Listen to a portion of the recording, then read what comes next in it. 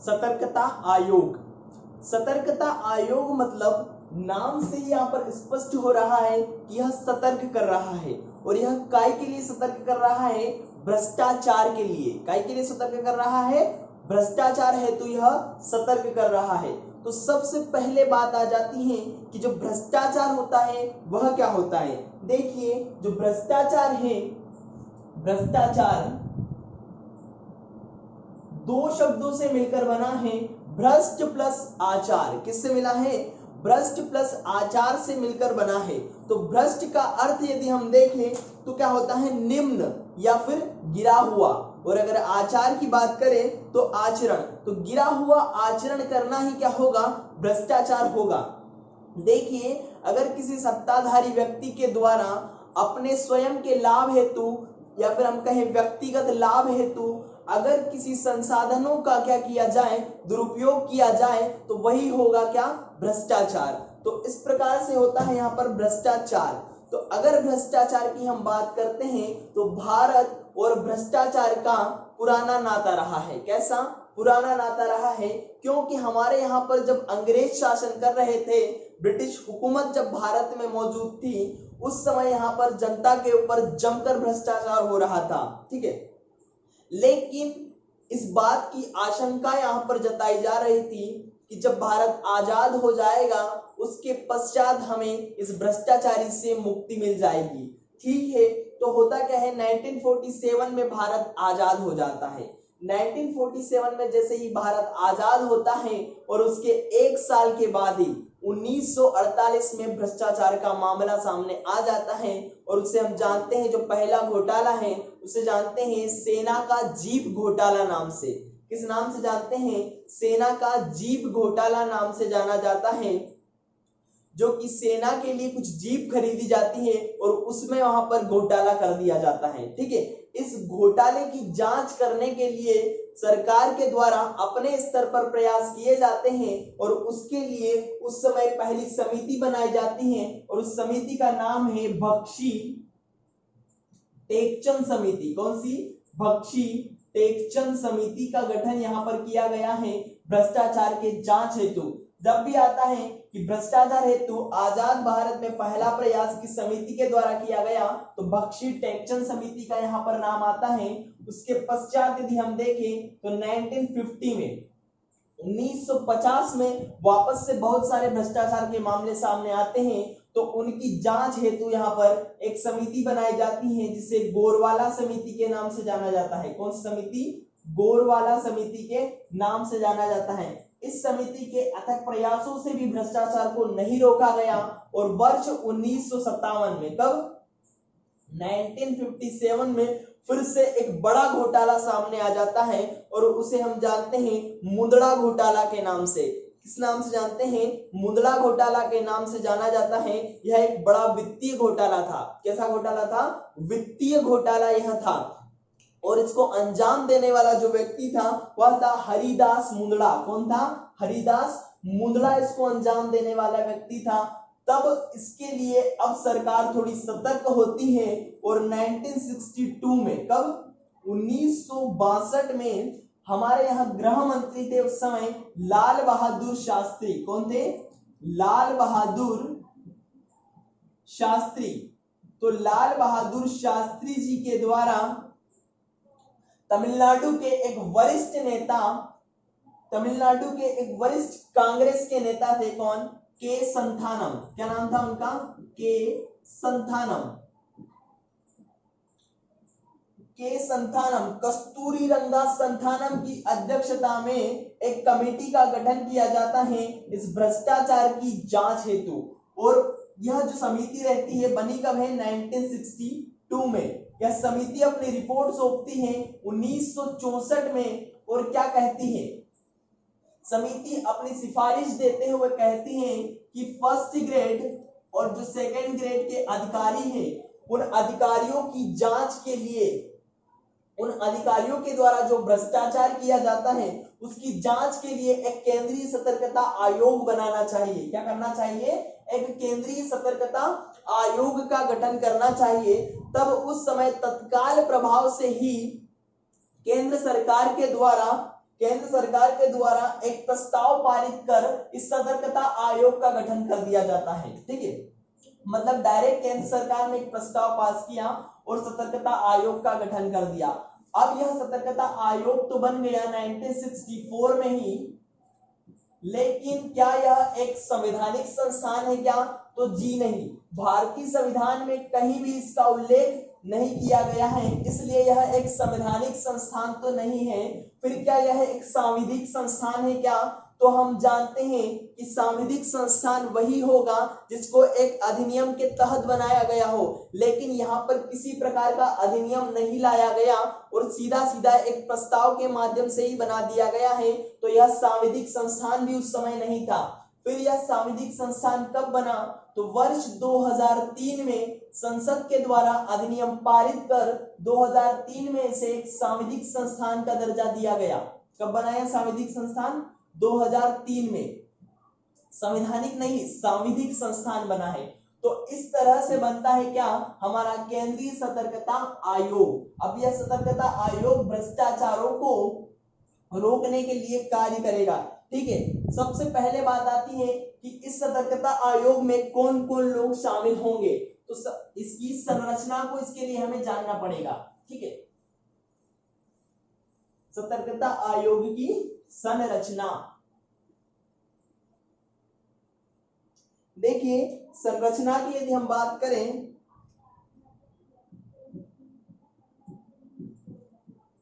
तो यहां पर होगा एक मुख्य आयुक्त। कौन होगा? एक मुख्य आयुक्त और दो या फिर कहें दो से भी कम, दो मैक्सिमम दो हो सकते हैं, दो या दो से कम अन्य आयुक्त होंगे। 3 लोग यहां पर शामिल हो रहे हैं। अब इन 3 लोगों की नियुक्ति कौन करेगा? तो इनकी नियुक्ति की जाएगी राष्ट्रपति के द्वारा। किसके द्वारा की जाएगी? राष्ट्रपति के द्वारा इनकी नियुक्ति की जाएगी। लेकिन राष्ट्रपति अकेले अपने स्वविवेक से इनकी नियुक्ति नहीं करेंगे, इनको सिफारिश देने के लिए यहाँ पर 3 सदस्यीय समिति का गठन किया जाता है। ठीक है, और यह 3 सदस्य कौन कौन होते हैं? तो पहला जो व्यक्ति होता है यहाँ पर भारत के प्रधानमंत्री। कौन होते हैं? भारत के प्रधानमंत्री। और दूसरे होते हैं लोकसभा में विपक्ष के नेता। कहां पर? लोकसभा में विपक्ष के नेता। और तीसरे व्यक्ति के रूप में यहां पर शामिल होते हैं भारत के गृह मंत्री। कौन होते हैं? भारत के गृह मंत्री यहां पर शामिल होते हैं। इन 3 लोगों की सिफारिश पर राष्ट्रपति इनकी नियुक्ति करते हैं। ठीक है, फिर बात आती है कि इन लोगों के का कार्यकाल क्या रहेगा। अगर कार्यकाल की हम बात करें तो अभी तक हमने बहुत सारे आयोग देखे हैं, उनमें किसी का 6 वर्ष का कार्यकाल था, किसी का 3 वर्ष का कार्यकाल था, किसी में 5 वर्ष कार्यकाल था। लेकिन यहां पर एक अलग कार्यकाल सामने आता है और वह है 4 वर्ष या फिर 65 वर्ष। कितना? 4 वर्ष या फिर 65 वर्ष इनका कार्यकाल रहता है। फिर अगली बात आती है कि अगर यह अपना त्यागपत्र देना चाहे तो त्यागपत्र किसे देंगे? राष्ट्रपति को संबोधित कर राष्ट्रपति को अपना त्यागपत्र देंगे। फिर अगर राष्ट्रपति ने हटाना चाहे तो किस आधार पर हटाएगा? तो हटाने का आधार वही रहेगा अगर न्यायालय द्वारा दिवालिया घोषित कर दिया गया हो, या फिर हम कहें कि अपने कार्य को करने में शारीरिक या फिर मानसिक रूप से अक्षम हो। कार्य करने में शारीरिक या मानसिक रूप से अक्षम हो। साबित कदाचार के आधार पर भी राष्ट्रपति इन्हें हटा सकते हैं। और अगर किसी बाह्य लाभ के पद पर लगे हो या फिर बाहर से कोई लाभ प्राप्त कर रहे हो तब भी इसे राष्ट्रपति हटा सकता है। अब बात आती है इस कदाचार की, तो कदाचार के आधार पर तभी हटाया जाएगा जब सुप्रीम कोर्ट के द्वारा जांच कर ली जाती है। सुप्रीम कोर्ट जांच कर लेती है कदाचार की, उसके पश्चात वह राष्ट्रपति को आदेश देती है हटाने का, तब राष्ट्रपति इसे हटा सकते हैं। मतलब कदाचार वाले मैटर में यहाँ पर सुप्रीम कोर्ट क्या करेगी, जांच करेगी। फिर बात आती है इनके वेतन की, इन्हें वेतन किस प्रकार से मिलेगा। तो देखिए जो मुख्य आयुक्त होता है, उस मुख्य आयुक्त का जो वेतन रहता है वह यूपीएससी मतलब संघ लोक सेवा आयोग के जो अध्यक्ष रहते हैं उनके समान यह वेतन प्राप्त करते हैं। और जो अन्य आयुक्त होते हैं वह यूपीएससी के अन्य सदस्यों के बराबर वेतन प्राप्त करते हैं। ठीक है, तो यहाँ पर साफ तौर पर यदि हम कहें जो मुख्य आयुक्त का दर्जा होता है वह किसके समकक्ष होता है, तो यूपीएससी के अध्यक्ष के समकक्ष होता है। और जो अन्य आयुक्त होते हैं उन अन्य आयुक्त का जो दर्जा होता है वो यूपीएससी के जो दूसरे सदस्य होते हैं आयोग में शामिल उनके समकक्ष होता है। साथ ही साथ एक बात और आती है यहाँ पर कि कार्यकाल के दौरान इनके वेतन में किसी भी प्रकार का अलाभकारी परिवर्तन नहीं किया जाएगा, अलाभकारी परिवर्तन के वेतन में नहीं किया जाएगा। तो इस प्रकार से होती है क्या, इस सतर्कता आयोग की संरचना। यहाँ पर नियुक्त कर रहे हैं राष्ट्रपति, लेकिन एक कोलिजम की परामर्श पर कर रहे हैं, मतलब सिफारिश दे रहे हैं कौन, प्रधानमंत्री, लोकसभा के विपक्ष के नेता, गृह मंत्री, ये सब लोग। कार्यकाल को हमने देखा यहाँ पर कार्यकाल थोड़ा अलग है, 4 वर्ष या फिर 65 वर्ष। और त्यागपत्र किसे देंगे, तो राष्ट्रपति को संबोधित कर देते हैं। हटाने की प्रक्रिया तो यहाँ पर सेम दूसरे आयोगों में हमने देखी थी उसी प्रकार से रहेगी। और वेतन यहाँ पर देखा हमने यूपीएससी के अध्यक्ष के समान मुख्य आयुक्त का, और यूपीएससी के जो अन्य सदस्य रहेंगे उसके समान अन्य आयुक्त का यहाँ पर वेतन रहेगा। ठीक है, तो यह हो गई इसकी संरचना। अब बात आती है यह किस प्रकार से कार्य करेगा, सतर्कता आयोग के अपने क्या कार्य रहेंगे। ठीक है,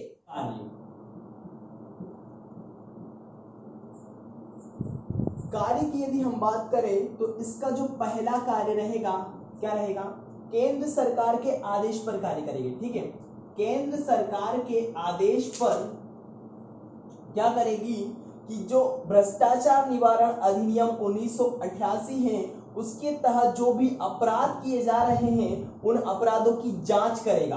क्या करेगा, केंद्र सरकार के आदेश पर भ्रष्टाचार निवारण अधिनियम 1988 के तहत किए गए अपराधों की जांच करना।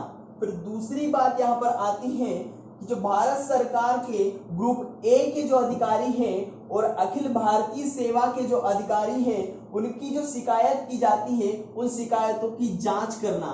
भारत सरकार के ग्रुप ए के और अखिल भारतीय सेवा के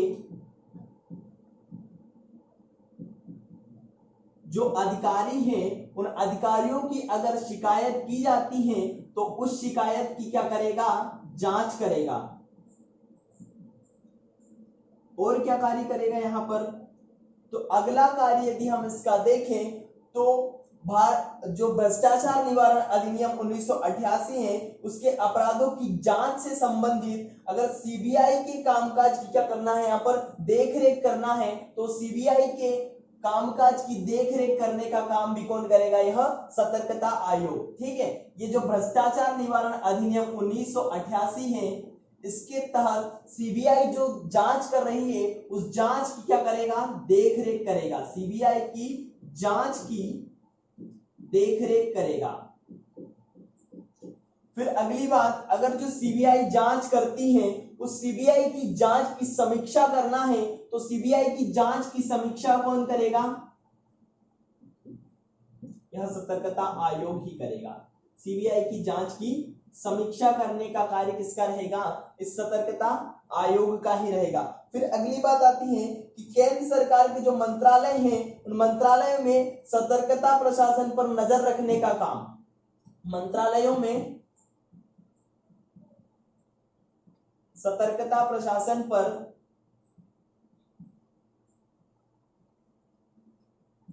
नजर रखने का काम करेगा। ठीक है, और इसका एक और जो कार्य आता है वह है, जो सब आयोग में हमने देखा है कि अपना प्रतिवेदन किसे सौंपेगा, तो प्रतिवेदन राष्ट्रपति को सौंपता है। किसे सौंपता है? राष्ट्रपति को सौंपता है।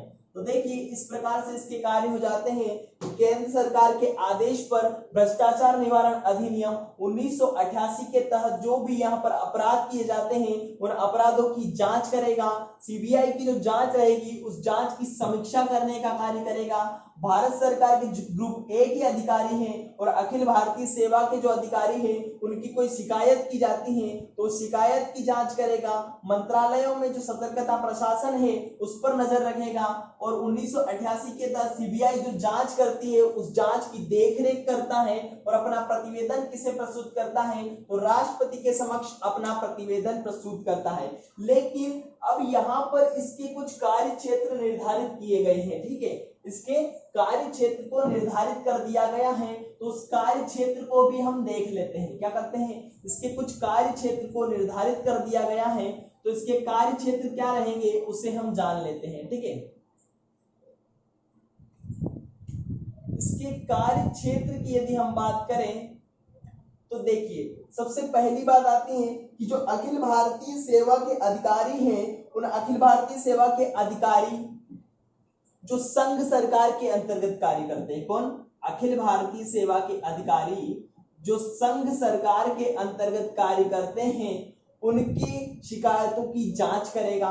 फिर दूसरी बात यहां पर आती है कि जो सार्वजनिक बैंक है, कौन सी? सार्वजनिक बैंक है, उन सार्वजनिक बैंकों में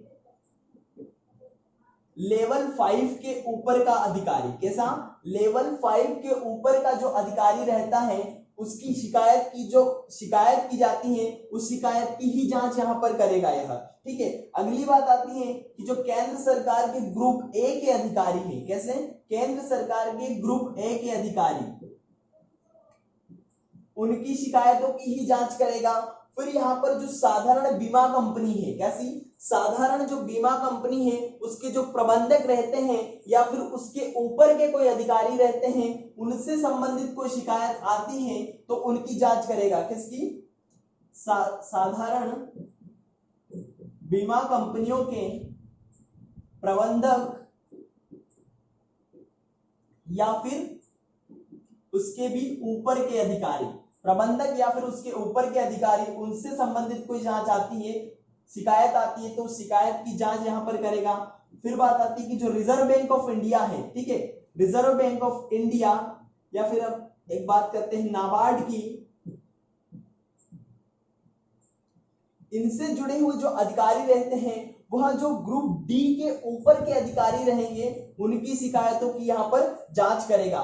तो इस प्रकार से इसका कार्य क्षेत्र निर्धारित कर दिया गया है कि आप अखिल भारतीय सेवा के जो अधिकारी रहेंगे उनकी शिकायतों की जांच करेंगे, लेकिन वो संघ सरकार के अंतर्गत कार्य कर रहे होने चाहिए। फिर केंद्र सरकार के अंतर्गत जो ग्रुप ए के अधिकारी है उनकी जांच आप कर सकते हैं। सार्वजनिक जो बैंक रहती है उनका जो लेवल 5 के ऊपर का अधिकारी है उनकी शिकायत की आप जांच करिए। आरबीआई और नाबार्ड के लिए हम बात करें तो ग्रुप डी, सॉरी, इनका जो ग्रेड डी का लेवल से ऊपर का अधिकारी है उसकी जांच करिए। साधारण बीमा कंपनी के अगर अधिकारियों की आपको जांच करनी है शिकायतों की तो उनका जो प्रबंधक है या फिर प्रबंधक से ऊपर लेवल का जो अधिकारी है उसकी ही आप जांच करेंगे। ठीक है, तो इस प्रकार से इसका कार्य क्षेत्र यहाँ पर निर्धारित कर दिया गया है। फिर बात आती है कि इस सतर्कता आयोग को क्या शक्ति प्राप्त है। तो शक्ति की यदि हम बात करते हैं तो इसे भी सिविल न्यायालय की शक्ति प्राप्त है। कैसी? सिविल न्यायालय की शक्ति इसे प्राप्त है। और सिविल न्यायालय की शक्ति के तहत हम जानते हैं कि अगर यह जांच करते समय किसी व्यक्ति को बुलाना चाहता है तो उसके लिए समन जारी कर सकता है। दूसरी बात, अगर शपथ पत्रों पर साक्ष्य प्राप्त करना चाहता है तो शपथ पत्र पर साक्ष्य भी प्राप्त कर सकता है। तीसरी बात यहां पर आती है कि अगर किसी दस्तावेज को पेश करने के लिए पेश करवाना है तो उसकी अपेक्षा कर सकता है और किसी न्यायालय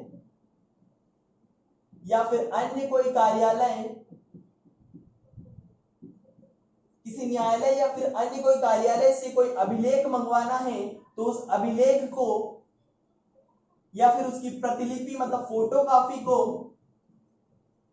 बुलवा सकता है। ठीक है, इस प्रकार के इसके पास सिविल न्यायालय की शक्ति होती है जांच करते समय। ठीक है, इस प्रकार से हमने इसकी शक्ति, कार्य क्षेत्र और इसकी संरचना को जान लिया। साथ ही साथ यह भी देख लिया कि किस प्रकार से इसका इतिहास रहा है, कैसे इसकी शुरुआत की गई है सतर्कता आयोग की। अब अगर किसी फैक्ट की हम बात करें प्रीलिम्स के लिए, तो थोड़े से फैक्ट और देख लेते हैं कि यह सांविधिक संस्थान कब बना, तो बता दिया गया था 2003 में बना था यह सांविधिक संस्थान। इसकी स्थापना की यदि हम बात करें तो इसकी स्थापना कब की गई थी, 11 फरवरी 1964 को इसकी स्थापना की गई थी। इसके वर्तमान मुख्य आयुक्त कौन है, अध्यक्ष भी कह सकते हैं, वर्तमान चेयरमैन इसके कौन है, शरद कुमार। कौन है, शरद कुमार। और अगर प्रथम मुख्य आयुक्त की बात करें तो उनका नाम है निटुर श्रीनिवास राव। क्या नाम है, निटुर श्रीनिवास राव।